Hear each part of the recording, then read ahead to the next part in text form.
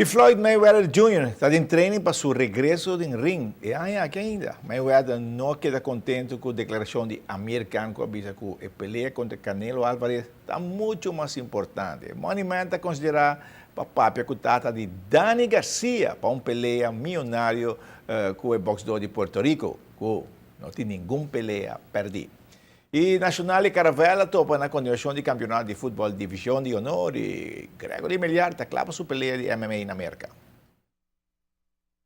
Diante de um público chiquito de solamente 25 pessoas que paga para mirar entre Nacional e Caravela, não mira um futebol que não estava desejado de mirar. Primeiro tempo, nada de gava, de banda de ambos equipos.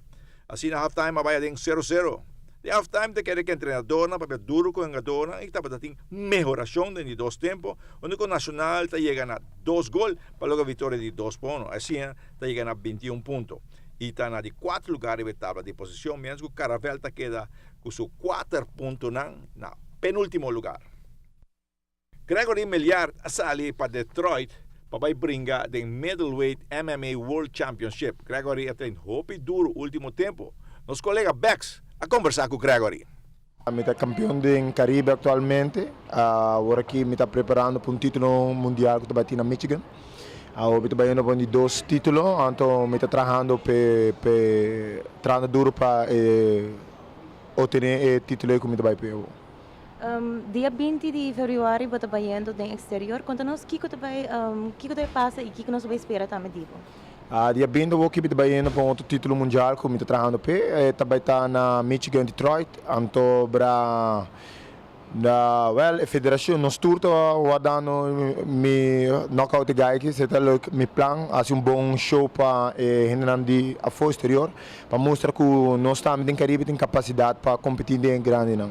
E essa aqui primeiro viagem também com rubianos para representar a Aruba do exterior, de forma aqui? Não, tem vários que competir, mas não que abrir um título. A gente promete que vai abrir um título, então é algo grande, para Aruba um lugar chiquito, ponindo nos de mapa que ganham grande, porque segundo me ganha que está bibana na América, perto de Porto Rico, que men que o papo bom tá não tá invitação de lugar grande, que men um lugar chiquito, há chance, oportunidade assim, não?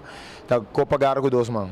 Brincando com o Gayama Shamir Garcia, é campeão atualmente, é prospecto de federação no momento na aqui, pero su carreira local até dia 20. Dia 20 tem outro rei também. E Aruba Bank, banco pioneiro, tem informado que falta solamente 169 dias para o Olímpico start.